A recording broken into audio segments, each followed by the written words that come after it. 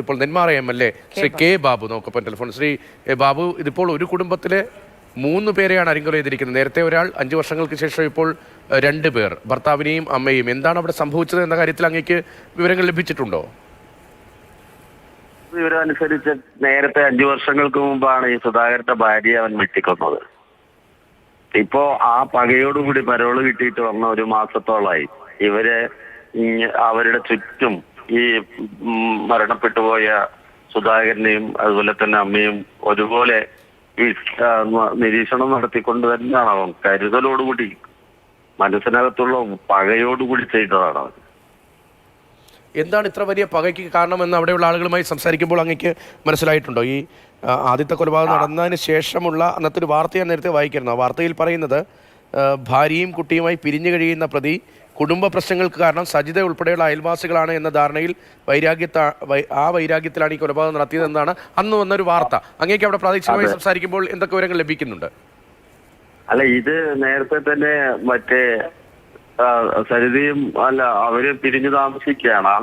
ഇവന് സംശയാലുമാണ്, സംശയാലുമാണ് അവൻ.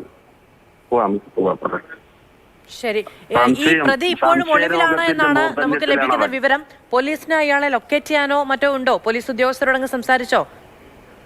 പോലീസുകാരായിട്ട് സംസാരിച്ചു. DYSP ഉൾപ്പെടെയുള്ള പോലീസ് ഉദ്യോഗസ്ഥന്മാര് ജനങ്ങൾ ഇവരെ തെരഞ്ഞുകൊണ്ടിരിക്കുന്നുണ്ട്. കിട്ടിയെന്നാണ് പറഞ്ഞത്. കിട്ടിയില്ല, ഒളിവിലാണ് എന്നുള്ളതാണ് നമുക്ക് ലഭിക്കുന്ന വിവരം. ഒളിവിൽ എന്ന് പറഞ്ഞാൽ എന്താ പ്രശ്നം എന്ന് പറഞ്ഞാൽ, ഈ സംഭവം നടന്നതിന് ഒരു 100-200 മീറ്റർ അങ്ങോട്ട് കയറിയ വലിയ കാടാണ്. നെല്ലിയാമ്പതിയുടെ താഴ്വാരമാണ്, മലയുടെ താഴത്താണ്. സ്വാഭാവികമായിട്ട് ഈ ഉൾക്കാടുകളും ആ ഡാം സൈറ്റും അതിനകത്തൂടെ പോകാനുള്ള എല്ലാ വഴികളും ഇവനെ കൃത്യമായിട്ട് അറിയും. ആ പ്രദേശത്ത് ജീവിക്കുന്നവനായതുകൊണ്ട് അതുകൊണ്ട് ഉൾക്കാടിലേക്ക് വലിഞ്ഞിട്ടുണ്ടാവും. പക്ഷെ പിടിക്കും, അല്ലെങ്കിൽ അവന്റെ മാർഗം സ്വീകരിക്കേണ്ടി വരും. അതാണ് ഉണ്ടാവാൻ പോകുന്നത് ഇനി അവിടെ. ഓക്കെ, വളരെയധികം നന്ദി ശ്രീ കെ ബാബു ഞങ്ങളോട് സംസാരിച്ചതിന്. എന്തായാലും 1 മണിക്കൂർ മുൻപാണ് ഈ സംഭവം ഉണ്ടാകുന്നത്. ഒരു കുടുംബത്തിലെ 3 പേർ ഒരാളുടെ കൊലക്കത്തിക്കിരയാകുന്ന സാഹചര്യമാണ് ഉണ്ടായത്.